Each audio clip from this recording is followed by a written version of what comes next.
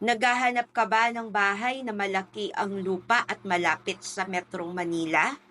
Corner lot, malapit sa entrance gate, may kwarto sa ibaba, hulugan ng down payment at like nyo ang turnover. The search is over. Baka ito na yung hinahanap mo. Dito lamang yan sa may Monteparo, sa may Karsadang Bago, Imus, Cavite. Malapit to sa Kawit Centennial side papunta ng Cavitex. The village is just a stepping stone for major landmarks and amenities, making it convenient home for families who want the best of the bustling metro and a slower pace way of life down south. Ito yung likuran ng bahay, maganda dahil farm kaya maliwalas o presko yung hangin natin na nanggagaling sa likuran.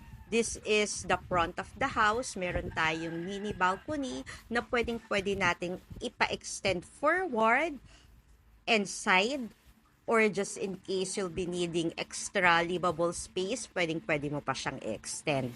This is the inside of the house. Meron tayong bedroom sa ibaba, one toilet and bath. Also have mini sink na nandirito sa kitchen area, pero do not worry kasi may malaki ka pang space sa likod.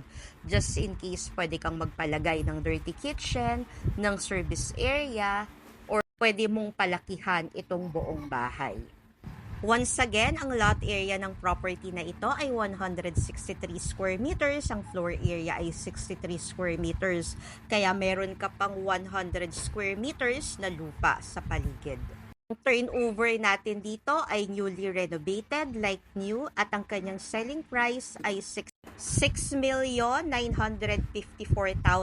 All in na po, kasama na po ang transfer of title, capital gain at bank charges. Ang ating reservation ay 20,000 at ang ating down payment ay 68,200 for 15 months. Napaka-affordable dahil that's 1% only per month times 15 months. And yung remaining 85% ay loanable through bank, and do not worry sa pagpaprocess dahil kami po ang bahala dito. Maganda ang location ng bahay dahil nasa bungad siya or entrance ng isang phase ng isang subdivision.